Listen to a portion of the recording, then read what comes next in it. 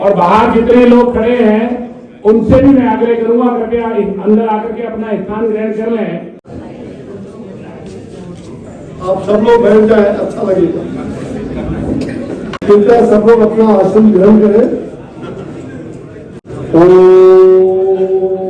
सहना भवतु सहनो भुनक्तु सह वीर्यं करवावहै तेजस्विनावधीतमस्तु मा विद्विषावहै। ओम शांति शांति शांति। सर्वे भद्राणि सर्वे सन्तु निरामया सर्वे भद्राणि पश्यन्तु मा कश्चित् दुःखभाग् भवेत्। हमारे सभी यहाँ उपस्थित आप सभी प्रज्ञ और दिग्विजय हमारी मातृशक्ति मंच पर विराजमान हमारे सभी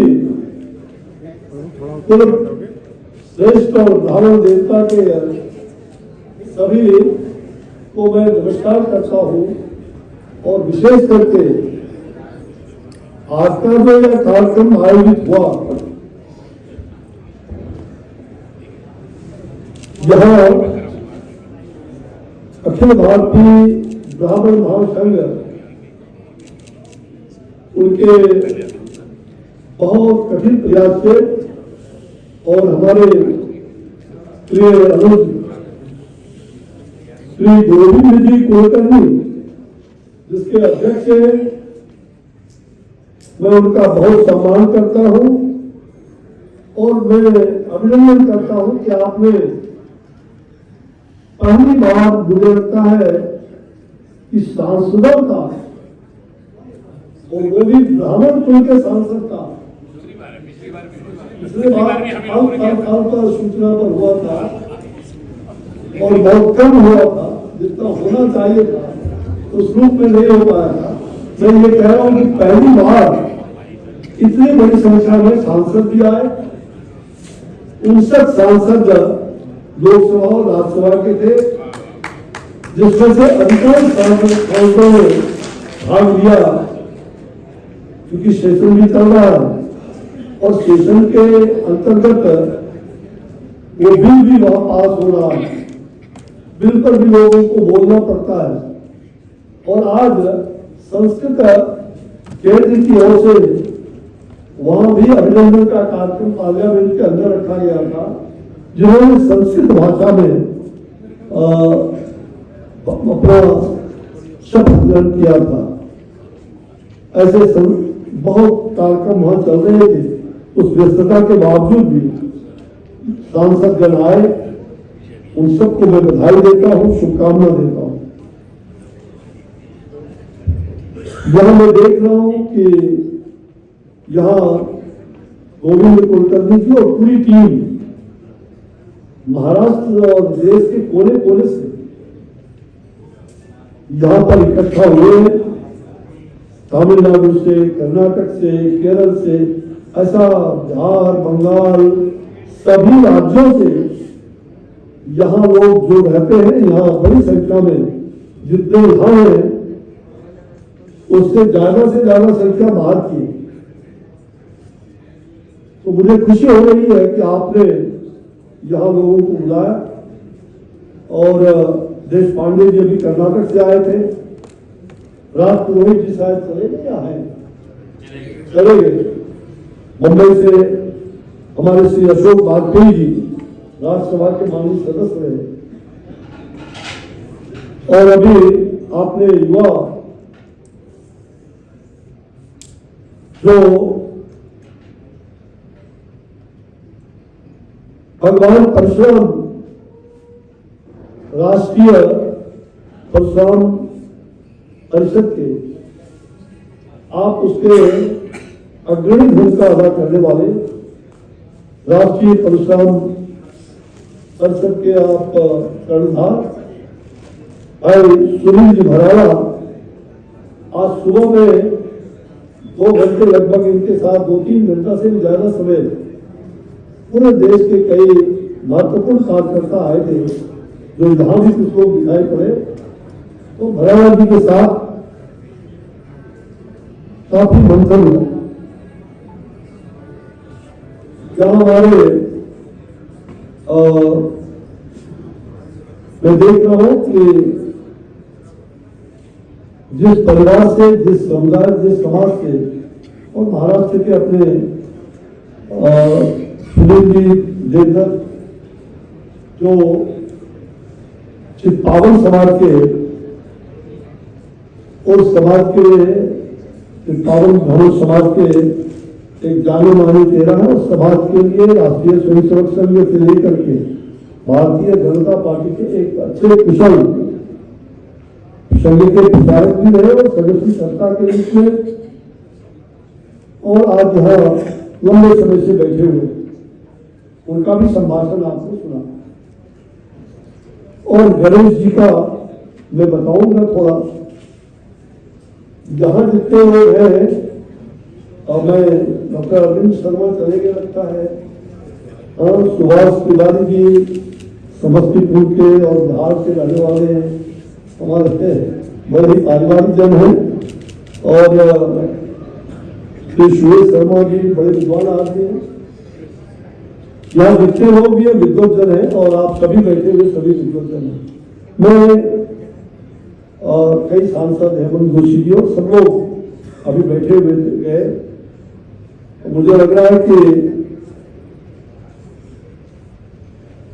मैं आप सबके सामने अंत में एक लॉ के रूप में प्रस्ताव रखूंगा। अगर आप सबको मान्य होगा तो आप उस प्रस्ताव का समर्थन करेंगे तब मैं बोलूंगा।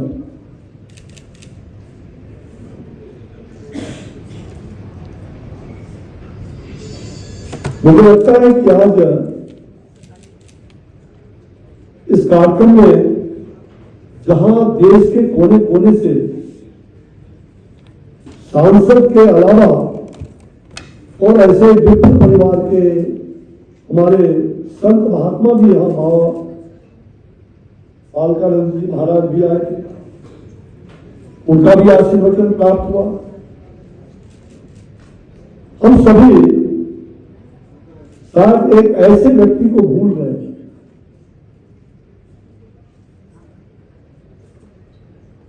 अगर आज देश टिका हुआ है,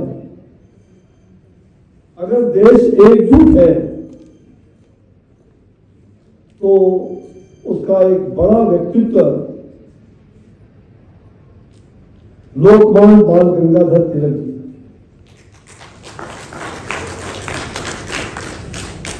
जिनको गांधी जी, महात्मा गांधी भी उनको आदर्श मानते थे, और लोकमान्य बाल गंगाधर तिलक जी के पुण्यतिथि में मुझे अभी मुंबई में उनके समाधि पर जाने का अवसर मिला। यहां अभी सम्मान भी हम लोगों ने किया है लोकमान्य बाल गंगाधर तिलक जी की,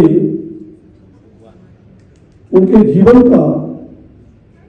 मुझे लगता है कि आप में से कितने लोगों ने देखा है मुझे नहीं मालूम, लेकिन अभी मुंबई के अंदर, मुंबई में 2 अद्भुत काम हुए।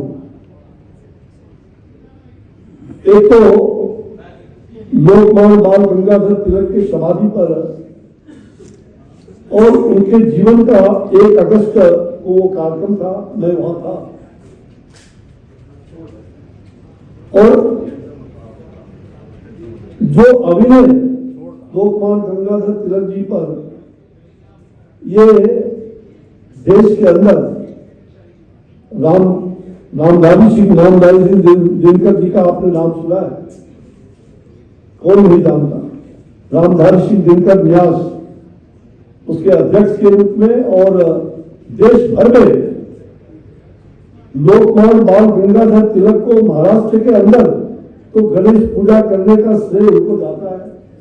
संपूर्ण हिंदू समाज को और अंग्रेजों से किस प्रकार से उन्होंने मुकाबला किया ये सब जानते हैं। फिर भी अगर नई पीढ़ियों को जनाने की आवश्यकता है, उसके अध्यक्ष के रूप में खड़े हो जाए तो तालियों से गड़गड़ाहट करिए। श्री नीरज जी ये देश भर में, चाहे लोकमान्य बाल गंगाधर तिलक जी का, स्वामी विवेकानंद जी का, रश्मि रतिकर, दिनकर जी का, ऐसे अनेक महापुरुषों का उनके जीवन पर अभिनय प्रस्तुत करने का, राष्ट्रपति जी से लेकर के पूर्व राष्ट्रपति और कई महान दिग्गज, यहां तक कि आदरणीय प्रधानमंत्री जी को भी पुनः ले जाकर के महाराष्ट्र में लोकमान्य बाल गंगाधर तिलक के उससे सम्मान भी कराने का सुखद अवसर इनको प्राप्त हुआ। तो नीरज जी ने एक बड़ा बेड़ा उठाया है और इस काम को वो कर रहे हैं। ऐसे बहुत सारे लोग हैं जो अच्छे अच्छे कामों में जुटे हुए हैं। यहाँ बहुत सारे विभिन्न राज्यों के लोग आए, आपको ये पहले भी आए थे, ब्राह्मण महासभा ये भी देखते हैं बिहार में। मुझे लग रहा है कि लोकमान्य बाल गंगाधर तिलक जिन्होंने कहा, तिलक जी ने, कि स्वराज हमारा जन्मसिद्ध अधिकार है, मैं इसको लेकर रहूंगा, हम इसको लेकर रहेंगे। और पूरे भारत को उन्होंने अपने शब्दों से जोड़ने का काम किया।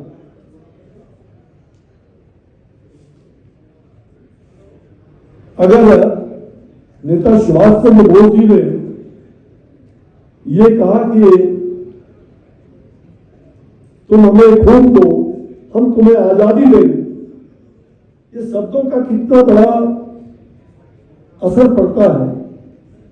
लेकिन भले ही वो मिलिटेंट के थे, लेकिन संस्कृति को जोड़ने का काम, जहां देश के अंदर अंग्रेजों का उतना बड़ा कुठाराघात हो रहा था, कोई बोल नहीं सकता था, वहां गणेश जी की पूजा करके उन्होंने गांव गांव में गणेश जी को पहुंचाया।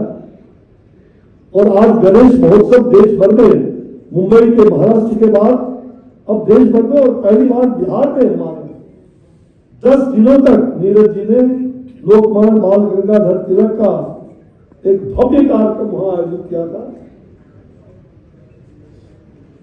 मैं कहना चाहूंगा कि आज भी ऐसे लोग उपेक्षित हैं। और मैं भारत सरकार से भी, अपनी सरकार है और महाराष्ट्र के अंदर भी, अभी मैंने वहां कहा है कि लोकमान्य बाल गंगाधर तिलक का पुण्यतिथि है। माफ करिएगा मेरे महाराष्ट्र के सभी साथियों, देश के सारे विप्र कुल के हमारे भाइयों बहनों, कभी किसी ने सोचा क्या लोकमान्य बाल गंगाधर तिलक उनके जन्मतिथि, उनके पुण्यतिथि पर महाराष्ट्र सरकार का एक भी जनप्रतिनिधि, मंत्री, सांसद उनके स्थल पर न पहुंचे, समाधि स्थल पर जाकर के माल्यार्पण न करें, इससे ज्यादा शर्म की बात नहीं हो सकती। और मैं खुले रूप से कह रहा हूं,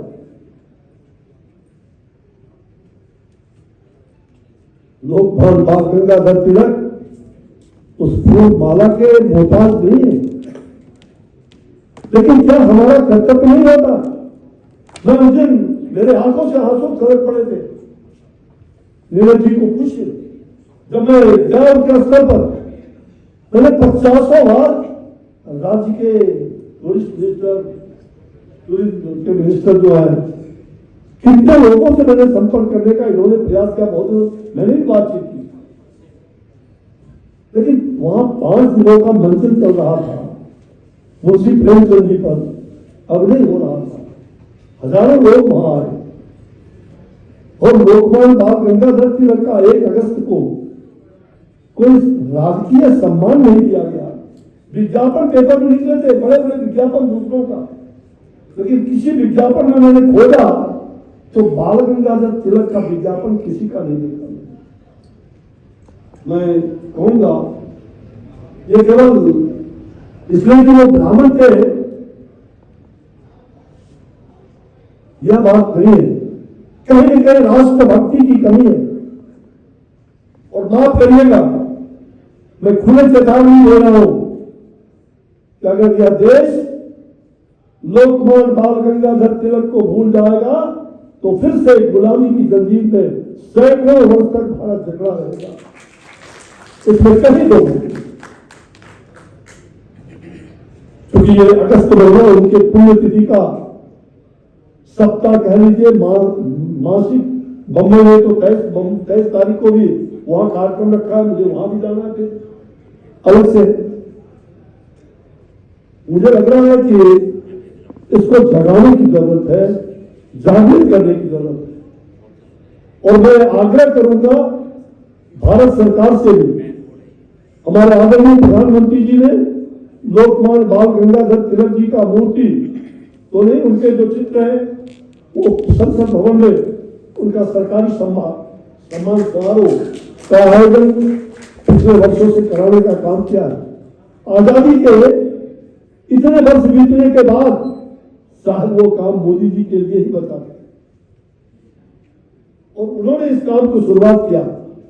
लेकिन महाराष्ट्र सरकार, मैंने वहां भी आग्रह किया है महाराष्ट्र सरकार के मुख्यमंत्री जी को भी प्रेस के माध्यम से कि महाराष्ट्र सरकार और सभी राज्यों की सरकार, महाराष्ट्र इसलिए उनका घर है यह नहीं, वो एक महाराष्ट्र के नहीं थे, केवल वो ब्राह्मण कुल के नहीं थे, वो पूरे देश के ऐसे राष्ट्रभक्त थे जिनको पूज्य महात्मा गांधी भी अपना आदर्श मानते थे, पंडित मदन मोहन मालवीय जैसे लोग आदर्श मानते थे। कितने उदाहरण है, समय कम है, लेकिन मैं इतना कहना चाहूंगा कि केंद्र सरकार राज्यों को अपना एडवाइजरी दे, सभी राज्यों में लोकमान्य बाल गंगाधर तिलक की जन्मतिथि और पुण्यतिथि राष्ट्रीय सम्मान समारोह के साथ मनाया जाए, यह मैं आप सबसे आग्रह करता हूं। जोरदार, अगर आपको सहमति हो तो इस प्रस्ताव का जोरदार तालियों से समर्थन करेंगे। लोकमान्य बाल गंगाधर तिलक अमर रहे, लोकमान्य बाल गंगाधर तिलक अमर रहे। वो मैंने मराठी में वहां पढ़ा उनके उस पर, स्वराज हा माझा जन्म सिद्ध हक्क आहे, बटेली विनरच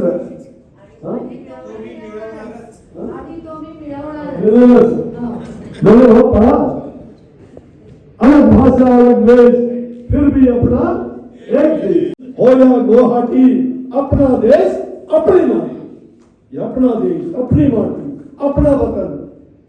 मेरे प्यारे भाइयों बहनों, आज हम भगवान परशुराम के छत्रछाया में बैठे थे। भगवान परशुराम के बारे में हमारे वक्ताओं ने और खास करके भलारा जी ने बहुत बातें कह दिया। आज भगवान से यही प्रार्थना करते हैं, खास करके जो विप्र होते हैं, जो ब्राह्मण होते हैं, वो स्वाभिमानी होते हैं, ब्राह्मण जाति नहीं। मैं बराबर कहता हूं, बहुत लोग कहते हैं ब्राह्मणों को ये, ब्राह्मणों को जातियों से बांधने का तैयारी होता है।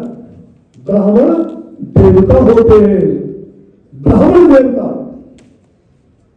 ब्राह्मण जाति नहीं, ब्राह्मण संस्कार है, ब्राह्मण संस्कृति का प्रोधा है। और इसलिए अच्छा नमस्कार जी, बताइए। अलीगढ़ से तीनों विधायक, हमारे तीनों विधायक अलीगढ़ से, उनका ताली से स्वागत करें, ये बाद में करते हो जाएगा। तो मैं कहता हूं कि ब्राह्मण जाति नहीं, ब्राह्मण संस्कार है, ब्राह्मण संस्कृति के पोषक है। और ब्राह्मण सचमुच कहा जाए तो लोग केवल राष्ट्र के लिए, जो वसुधैव कुटुंबकम की बात करने वाले, अगर उस पुरोधा को आगे बढ़ाने वाला कोई है तो उस पुरोधा में ब्राह्मण ही है, जो सबको साथ लेके चलता है, सबका समन करता है, सबके पापों का हरण करता है, सबके कष्ट को दूर करता है और अपना कष्ट झेल करके भी आज नीलकंठ बन करके विष का हलाल करके आज पूरा ब्राह्मण समाज विष का हलाल करता है और शंकर के जैसा नीलकंठधारी बन जाता है। यह है ब्राह्मण समाज का त्याग, यह है ब्राह्मण समाज का सेवा, मानव सेवा, मानव सेवा का उदाहरण ब्राह्मणों ने बराबर दिया है। लेकिन एक कमजोरी हमारी है, माफ करिएगा, मैं बराबर कहता हूं। हमारे ध्रुपद गायक यहाँ मलिक जी बैठे हुए, मलिक घराना, इनको समय नहीं था, नहीं तो इनका ध्रुपद अंत में जरूर में 4 लाइन का ध्रुपद इनसे शुरू होगा। 4 लाइन होगा, कोई बात नहीं, आपका आशीर्वाद है। मेरा ये आग्रह होगा, आज भी मैंने भरावा जी को वहां कहा है, बैठक में कहा था, आखिर ब्राह्मण इतना अपने आप को दीनहीन कमजोर क्यों सोचता है? हमें नहीं चाहिए, ब्राह्मण सम्मान का भूखा है, हमें सम्मान चाहिए, इतना भी नहीं दे सकते। ब्राह्मण सम्मान का भूखा होता है, ब्राह्मणों का अपमान जो करते हैं वो आप क्या है, जो अपमान ब्राह्मण का होगा तो वो सदा सदा के लिए वो स्वयं उसके फल को भोग लेते हैं, इसमें कई लोग नहीं। लेकिन ब्राह्मणों को अपना संस्कार दिलाने की जरूरत है। आज बच्चों में, हमारे आने वाली पीढ़ियों में मैं देखता हूं, जब ब्राह्मण के बच्चे सिगरेट पीते हैं और शराब पीते हैं और सड़कों पर डांस करते हैं शादियों में, तो सब कुछ मेरे आंखों से पानी गिर जाता है। क्या ब्राह्मण इसलिए होगा? क्या वेद जैसे जहां आपने कहा विक्रमशिला विश्वविद्यालय, तक्षशिला, नालंदा, जो ज्ञान का काम करने वाला, जो शिक्षा देने वाला, आज हमारे बच्चे कहां जा रहे हैं? मैं हाथ जोड़ के प्रार्थना करूंगा कि अपने बच्चों को एक ऐसा संस्कार दीजिए जहां उस संस्कार से पुष्पित और पल्वित होकर के देश के लिए एक देशभक्ति भी लगेगी और बर्बरत्व भी बचेगा। अगर बर्बरत्व समाप्त हो गया तो ये देश और दुनिया भी नहीं बचेगी, ये सृष्टि नहीं बचेगी। और इसलिए मैं आप सब लोगों से आज के इस अवसर पर भगवान परशुराम जी से प्रार्थना पूर्वक कहते हुए मैं यही आग्रह करूंगा,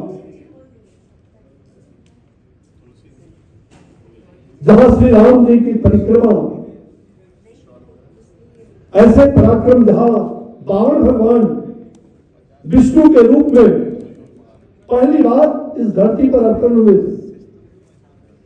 पहला मनुज अवतार 52, ये नवधोवली राजा दानवेंद्र महावलो तेन त्वान अभिवदनामि रक्षे मां चलो मां चलो मां चलो। ये 52 भगवान विष्णु के पहला अवतार मनुष्य के रूप में, और मैं उसी धरती का, जहां महर्षि विश्वामित्र बाद में तपस्या उसी धरती पर किए थे, भगवान श्री राम ने आकर के शस्त्र और शास्त्र का ज्ञान उसी धरती पर शिक्षा ग्रहण किया। वो सिद्धाश्रम की भूमि बक्सर में वहीं का 10 साल तक हमने तपस्या किया और मैं वहीं का सेवक रहा। मुझे बहुत गर्व है आज ऐसी धरती जहां स्वयं साक्षात 2 विष्णु अवतार आए और परशुराम जैसे लोग, भगवान परशुराम जैसे हमारे ऐसे ऋषि मुनि परंपरा का जो यह धरती रहा है, यज्ञ की वो धरती रही है। मैंने पिछले बार सनातन संस्कृति समागम राम राज्य की ओर, मुझे लगता है कि बिहार में और देश में एक वो भव्य दिव्य सारे अंतरराष्ट्रीय संत महात्मा भी आए। आप में से मंचों पर बैठे कुलकर्णी जी, बराला जी, कई लोग वहां पहुंचे थे। राष्ट्रीय स्वयंसेवक संघ के संस्थापक माननीय मोहन जी भागवत और कई वैचारिक देश के अंदर 7 देशों से लोग पहुंचे थे। मुझे गर्व है। और उस सनातन संस्कृति के बाद आज सनातन का अपमान हो रहा है। हम सह रहे हैं, कोई बोलने वाला नहीं है। अगर सनातन का अपमान इसी प्रकार होता रहेगा, कभी गोस्वामी तुलसीदास जी पर रामायण के बारे में गंदी गंदी बात बोलने वाले आज भारत सरकार के अंदर भी बड़े बड़े पद पर पहुंच जाते हैं। दुर्भाग्य है इस देश का। आतंकवादी जेल में रह करके चुनाव जीत जाता है। क्या कारण है? हम इतने कमजोर हैं।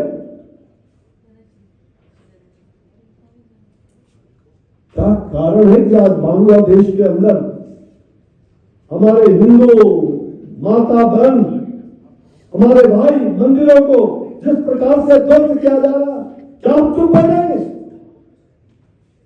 हम सनातनी हैं, हम ब्राह्मण कुल के लोग हैं। हमें इसका प्रतिकार भी करना होगा।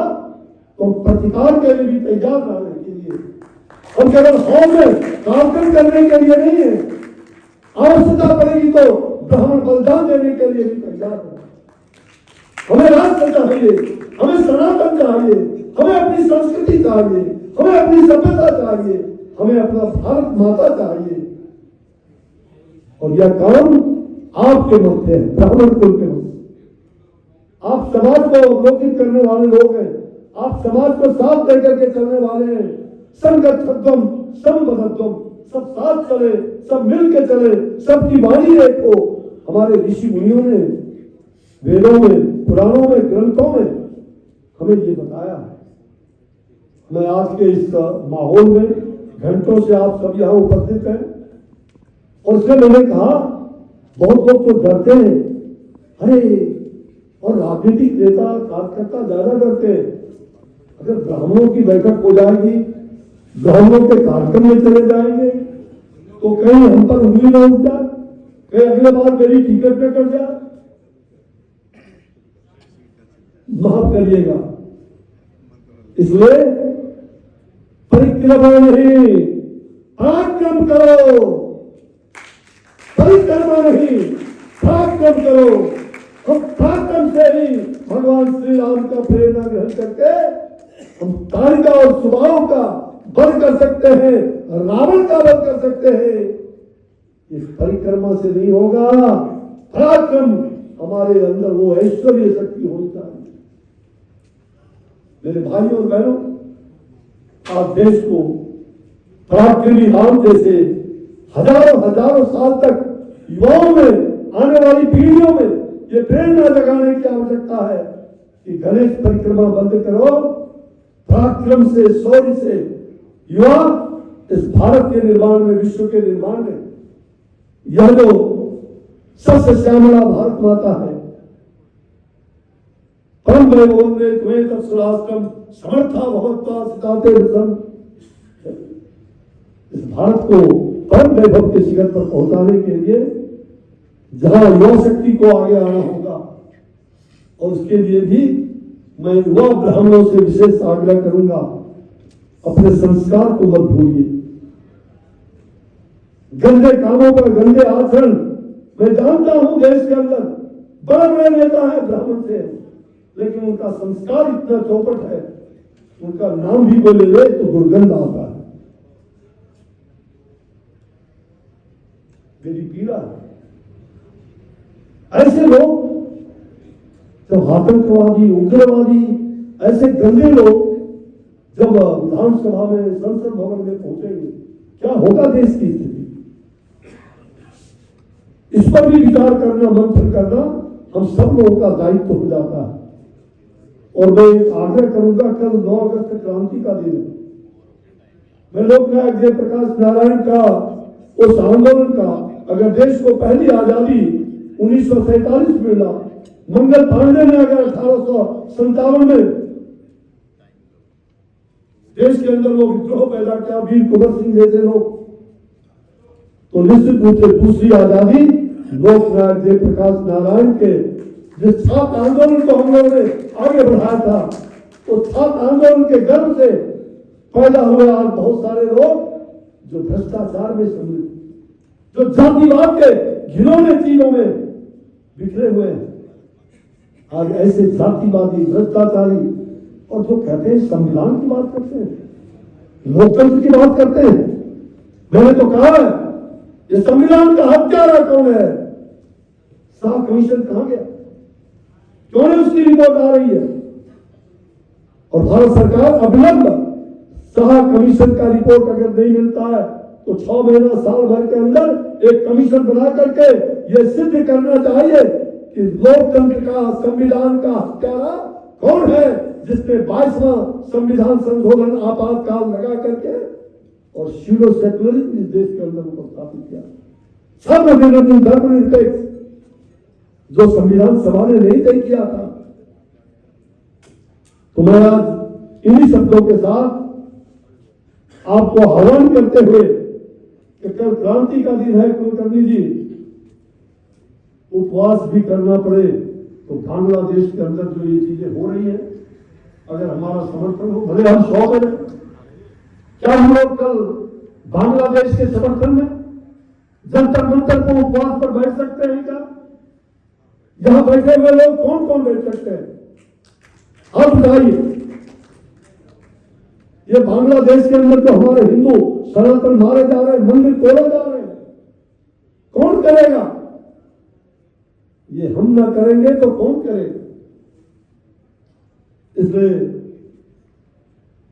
कल हम लोग अगर अनशन धरना पर भी कुछ घंटे बैठ जाए तो बहुत बड़ा बल मिलेगा।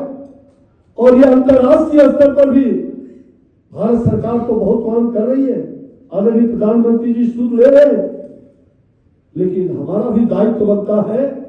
इसलिए मैं चाहता हूं कि हम हिंदू समाज, सनातन समाज को जोड़ने वाले ब्राह्मण कुल के लोग हैं, तो निश्चित रूप से हमें आगे बढ़ के इस काम को भी करने की आवश्यकता है।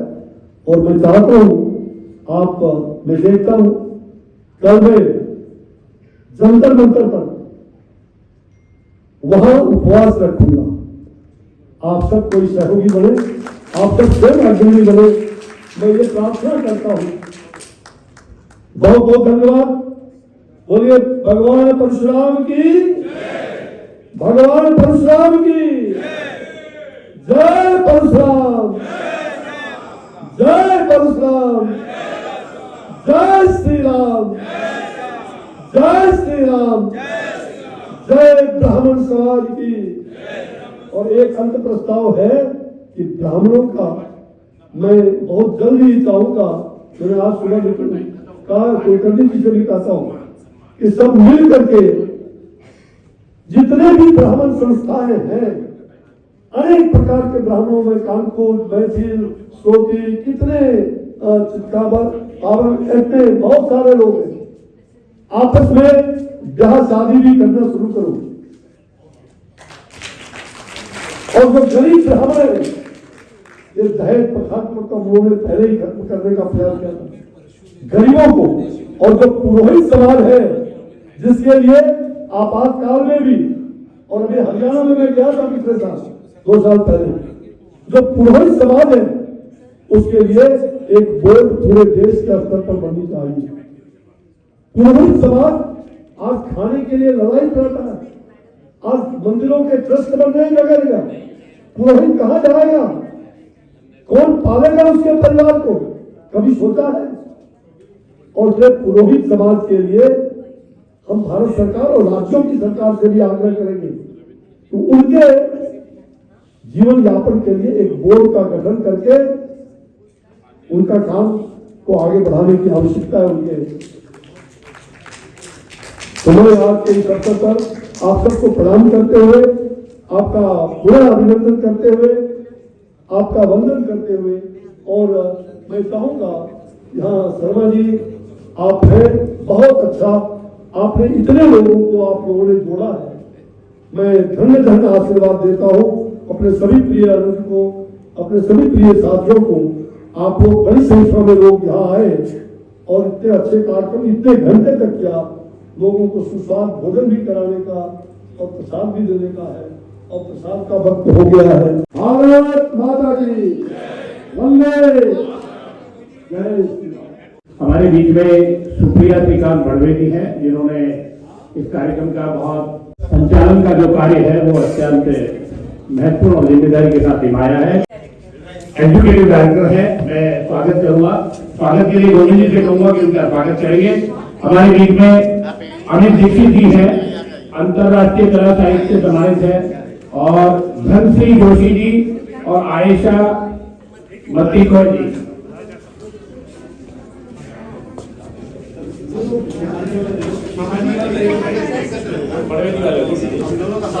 और हमारे बीच में विधायक महोदय पधारे हैं, ऋषि पाल जी और रवि मोहन जी और अनिल पाराशर जी, उनका भी हार्दिक अभिनंदन है, स्वागत है। और श्रीकांत जी बड़वे से को मैं आग्रह करूंगा कि मैं मंच में सामने की तरफ आ जाए, उनका भी सम्मान गोविंद कुलकर्णी जी करेंगे। और क्योंकि मुझे ये आपको 3 से 5 मिनट का समय और लगेगा, अभी हम अत्यंत महत्वपूर्ण विषय पर एक छोटी सी 1 मिनट की चर्चा करने जा रहे हैं और वो आप हम सबके लिए बहुत आवश्यक है। मैं मंचस्थ सभी अतिथियों से आग्रह करूंगा कि कृपया बहुत सूक्ष्म रूप में, क्योंकि हमारे यहाँ सिद्धांत है कि जब अतिकाल हो जाता है तो उसमें विसर्जन आवश्यक होता है। मैं गोविंद जी क्या कहूँगा कि हमारे दीक्षित जी को धनश्री जोशी जल्दी से जी जी जी शिवाजी धनश्री जी और आयशा मत्तीकोर। विद्या को अरे हो गया, अरे विद्या का सम्मान कर रहे हैं आज जी हमारे विधायक जी का मैम साथ में आइए।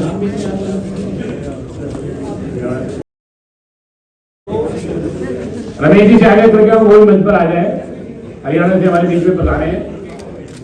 और आज सब लोगों से आग्रह है कि 2 मिनट लिए, हाँ जी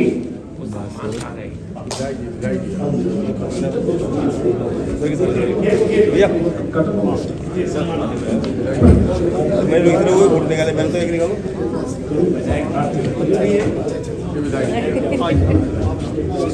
एक बार सभी लोग 2 मिनट के लिए थोड़ा तो घूम जाओ। अब बात समझिए सर, सामने देखेंगे। जैसा कि हमारे अध्यक्ष महोदय अश्वनी चौबे जी ने कहा कि हमें बंगाल के हिंदुओं के लिए कोई जंतर मंतर पर हम उपवास रख सकते हैं, तो मैं आप सबसे आग्रह करूंगा कि हमारे जो सनातन धर्मावलंबी जो हिंदू साथी वहां अकारण मौत के ग्रास में भेजे जा रहे हैं, उनके लिए हमें 2 मिनट का मौन रखना है। उन्हें एक मौन श्रद्धांजलि हमें यहां से देनी है। मैं सभी से आग्रह करूंगा, आदरणीय अश्वनी चौबे जी से भी, सामने देखो, सब लोग खड़े हो जाए। जिनका सम्मान हो कृपया आ जाए। 2 मिनट के मौन के लिए आप खड़े हो जाइए।